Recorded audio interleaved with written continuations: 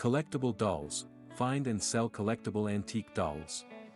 From Madame Alexander, Barbie dolls, Cabbage dolls and several others, collectible antique dolls have evolved with us. These items come in different shades, shapes, and sizes. Now they enjoy fame and reputable status among toy lovers and collectors. It is no wonder a lifelike doll by Kammer and Reinhardt was bought by an anonymous bidder for $400,000 at a Bonhams, Knightsbridge auction, making it the most expensive doll ever sold in the world. This article has much to teach about collectible dolls, their values, worth, and how to identify them amongst many others. What are antique dolls? Antique dolls are widely regarded as those produced pre-1920. They're made from older materials like wood, porcelain, clay, bisque, and wax. S/N doll types debut year 1 rag dolls 1832 bisque dolls 1853 celluloid dolls 1904 china dolls 1836 5 cloth doll 1886 papier-mâché dolls 1807 wax dolls 1725 8 wooden dolls 1709 composition dolls 1810 metal dolls 1861. Rag dolls. Rag dolls are one of the earliest dolls made in the United States. These dolls were made from scraps and old cloth pieces found in homes. The book Raggedy and written by Johnny Gruelle in 1915 was inspired by an old rag doll. Bisque dolls. The Germans were the first Europeans to introduce bisque dolls in the early 1850s, then the French. However, this was not the end. These dolls made their way into America a few years later and finally into Japan during the First World War. Even till today, these dolls are still very much in vogue. In the past, artists placed bisque dolls' heads on lady doll bodies which seemed inappropriate for children as they couldn't relate to the concept of grown dolls. So in 1878, Émile Jumeau created the Bébés Incassable i.e. bisque head child dolls placed on composition bodies. This move sparked a fire as the rest of doll-making companies used the same blueprint to produce similar child-looking dolls from the early 1950s. Here are a few examples of bisque doll makers. Celluloid dolls. Celluloid dolls are made from cellulose nitrate, fillers, camphor particles, and alcohol. They were produced around England, Bavaria, Japan, France, Italy, Spain, and the U.S.A. These dolls are fragile and were stuffed with cloth as the material couldn't make a complete figure then. However, all this changed. Around 1908, doll makers made more improvements to the materials, and these celluloid dolls became more durable. It is also crucial you are aware that the U.S. caused a major setback in the celluloid industry as they banned the use, claiming it's highly flammable, especially when exposed to open fire or high heat. Other countries however didn't slow down on the production and purchase of these dolls as production still continued post-1940s.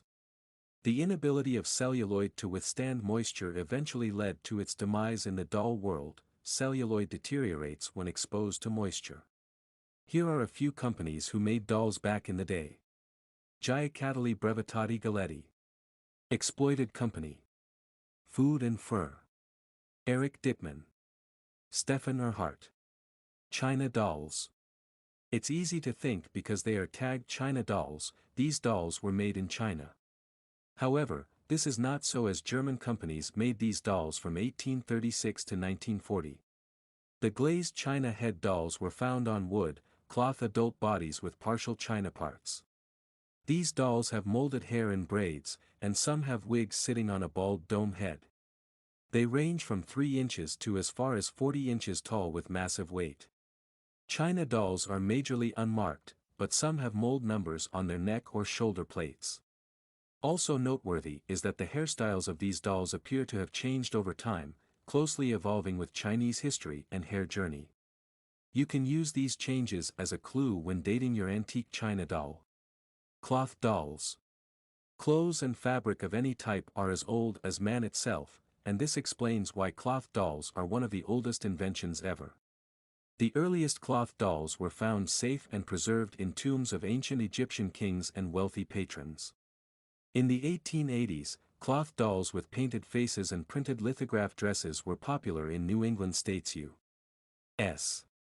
And by the year 1906, the first cloth dolls with printed photographic faces emerged. One easy way to identify a cloth doll is by locating a label sewn into the body seam or the doll's dress, usually with an ink stamp on the back, stomach, or feet. Some cloth dolls were also unmarked due to the hang tag that came with them that included the doll's name and other information. Papier-mâché dolls. Papier-mâché or carton mold are made from a mix of paper pulp and paste oil or resin made together to form a stronger material in a pressed form. The earliest form of papier-mâché dolls were handmade by different individuals. By 1800, artisans produced pressure molds, making it easier for papier-mâché dolls to be produced in large numbers. Below are companies popular for making papier-mâché dolls: Henri Bellet, Leo Moss, Joseph Bergman, Fleischmann and Kramer, Rock and Grainer. Wax dolls. Wax dolls are divided into three basic categories, namely: ancient 1800s poured wax dolls were made of colored wax, and hair was planted into the heads to make it look like it was growing out of their scalps. These dolls have molded eyelids and 3D-like facial construction with hollow poured hands and feet. You can also find marks on the finger plates. The 1800 to 1900 wax over dolls consisted of plain wax with wigs or molded hair. Molded eyelids are absent, and their limbs are now hard rock solid. 1860 to 1890 reinforced wax dolls are made of a tinted wad, wig as hair, completely molded eyelids, and realistic facial structures with hollowed poured parts. Here's a list of wax doll makers: William Augustus Weber, Antonio Vargas, Thomas Aldred, Coleman, Lucy Peck. Wooden dolls. Wood is easy to come by and shape into any form you desire, which is the case for wooden antique dolls. They're durable and are still very much in use by artists and companies all over the world. Below are a few companies making antique wooden dolls: E. Randall, Gustav Schmee, Rudolf Schneider, Larkin Co., George Zollner. Composition dolls. From the French, English, Americans, Japanese, and even the Germans, composition dolls ruled the early 19th century. These pieces were made from glue, zinc, Japanese wax, and glycerin. Composition dolls are heavy and dense and can range from white to gray and brown. You should also know that in the composite doll industry, every company at the time kept their recipe hidden from the rest to maintain its uniqueness and preserve quality. By 1918, doll makers discovered ground-up sawdust known as wood flour, which made the dolls lighter and easy to be painted. American doll makers called composition heads unbreakable. Water is, however, composition dolls' greatest problem. This, coupled with excessive heat, moisture, and humidity, may cause the wood flour to expand or contract and also cause crack lines to begin to appear on the surface, exposing the material beneath. Plastic was soon discovered, which swept composite dolls out of the market. Metal dolls. The first metal head dolls appeared on the French market and were recorded by René Poulin in 1861. Lucien Vervel and Sommereisen obtained permission to make metal head dolls in 1876 and 1898, respectively. As of 1886, German doll makers Max Dietrich and Joseph Schahn with Robert Hiller produced a large percentage of metal dolls. These German dolls were produced from stamped sheet metal joined together and covered in gloss. The metal heads initially began as a worthy replacement for broken china or bisque heads that were rather very fragile. How do I identify antique dolls? From Madame Alexander to Barbie to Cabbage dolls and a host of others, identifying antique dolls has been easy. Just follow the guidelines below. Go pro. Seek professional help by contacting an appraiser to identify your doll for you and analyze every single detail from head to toe. This can be your first or last resort, depending on your available resources and your familiarity with antique dolls. Examine the dolls. Antique dolls had rigid, stuffed bodies from cloth, porcelain, or bisque. Hard and plastic bodies came with newer models of collectible dolls. We can blame these wooden bodies on the materials available at that time. They also develop crazed lines as they age.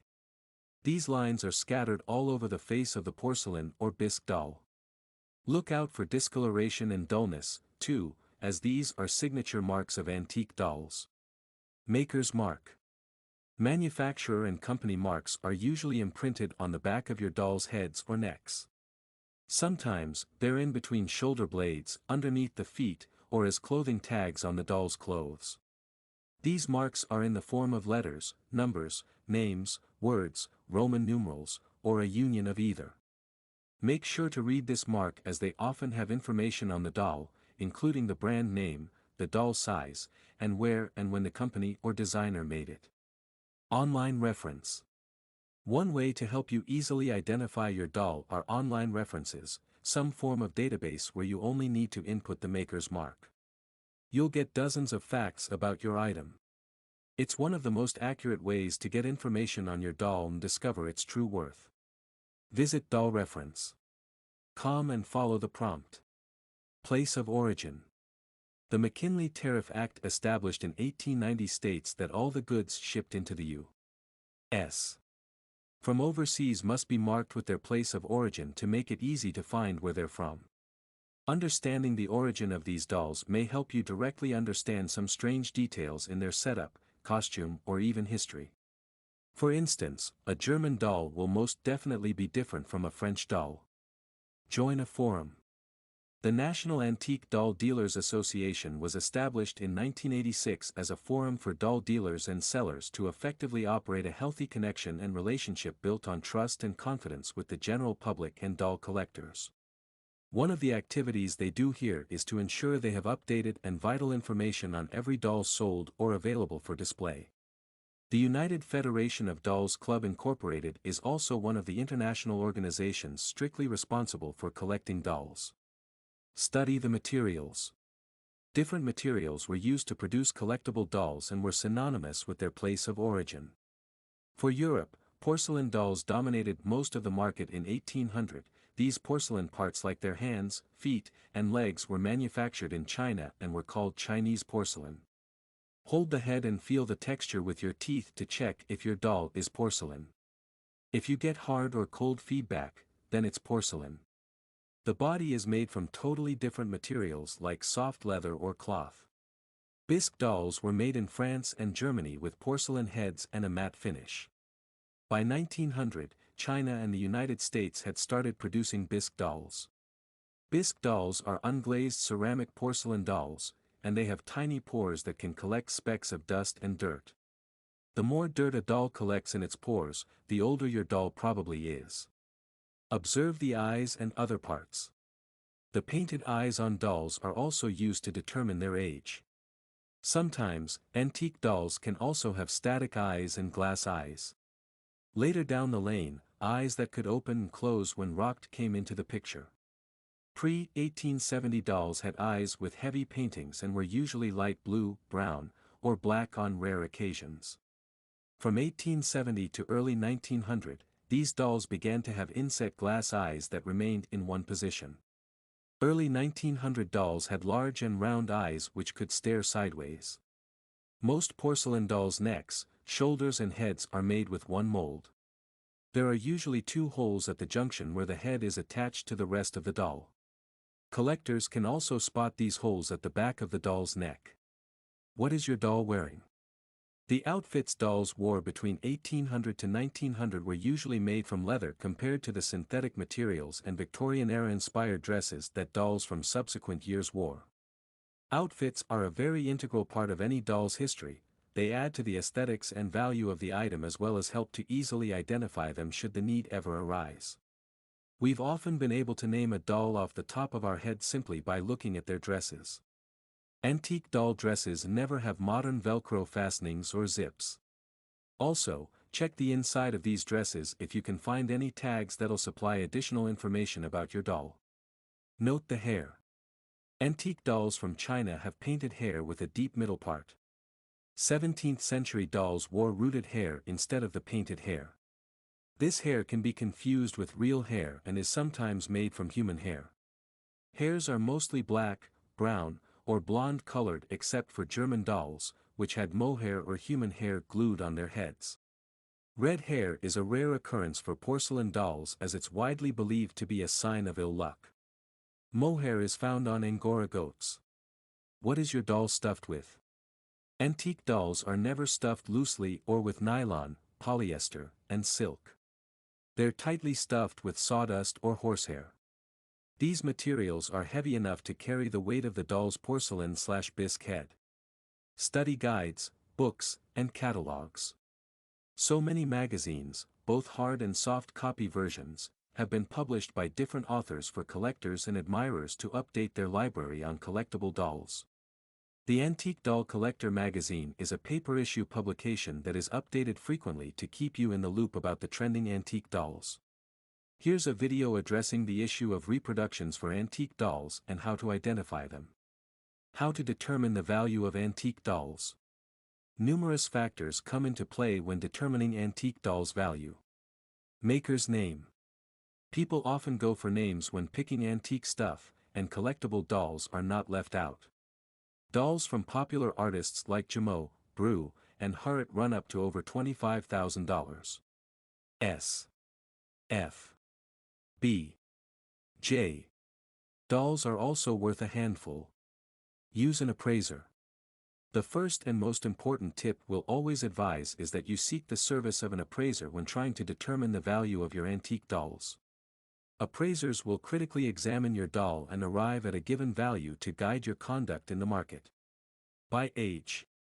Older dolls and earlier models are the most collectibles and valuable, especially if they're still intact in condition. Most French fashion dolls from 1860 to 1890 were priced over $2,000 due to the period they emerged. Condition. The overall physical state of your doll is pivotal in determining the value. No one will purchase or do as little as examining a doll with missing parts, worn-out looks, or dirty dresses. Keep your antique doll in complete and near-mint condition with their original dresses and tags as much as possible to get the optimum value for money. How rare is your doll? Special edition or limited edition dolls are not as common as random ones, as they're usually restricted to a particular number during production. Hence they're usually exhausted within a given time frame. For German dolls, the character-like faced dolls top the list for most collectible, and they're also very rare to come by. Landing on one or a few of these means you're sitting on wads of cash, and you have a highly sought item in your hands. Compare prices. This is a more practical approach to getting the value of your antique doll. It involves going to the store either online or physically and comparing previously sold prices with the new ones you have. Having an idea of previous prices will help you understand how to set new prices. It's in the details. Generally, dolls feature a wide range of details from the eyes, movable body parts, and face makeup. Still, in some cases, there are more details like closed mouths, expressions, happy or sad, and upgraded high-end face makeup. More detailed bodies that can change into different poses, e.g. composition and jointed bodies, also sell for a higher value than papier-mâché and the usual leather-bodied dolls. Check this video by Dr. Lori out. Where to buy antique dolls? No need to panic about where to buy antique dolls, as we've helped you with places you can get them both online and offline. Online stores. There are sellers on Etsy, eBay, Ruby Lane, and the likes who sell different types of antique dolls in different styles and from different years. Just visit one of these sites listed above and treat yourself to various collectible gems. Estate sales. You can be lucky to stumble on a mini sale outside a house. Estate sales are an extended version of yard sales. Virtually everything you see inside and outside the house is up for sale. One tip we always give those interested in estate sales is that they get there early enough to pick the good ones and also conclude at a very healthy bargain with the sellers.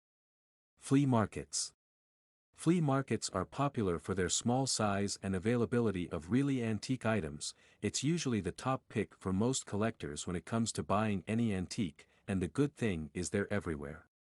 You also have a one-on-one conversation with the sellers and get a bit of history on what you're buying. Doll shops.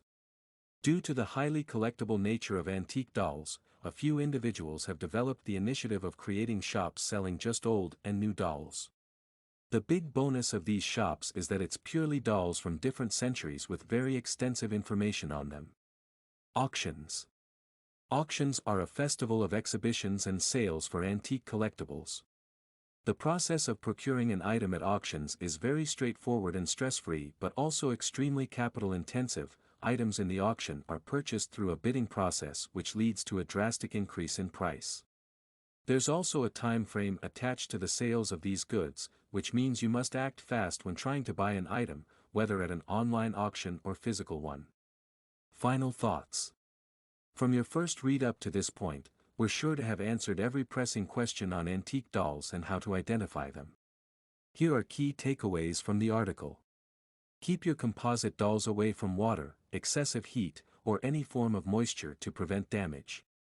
No detail is too important to be ignored when identifying antique dolls, from the face down to the limbs. Antique dolls are usually tightly stuffed with sawdust or horsehair. Any stuffing different from this means it's not vintage. Keep your dolls close and your appraisers closer at all times.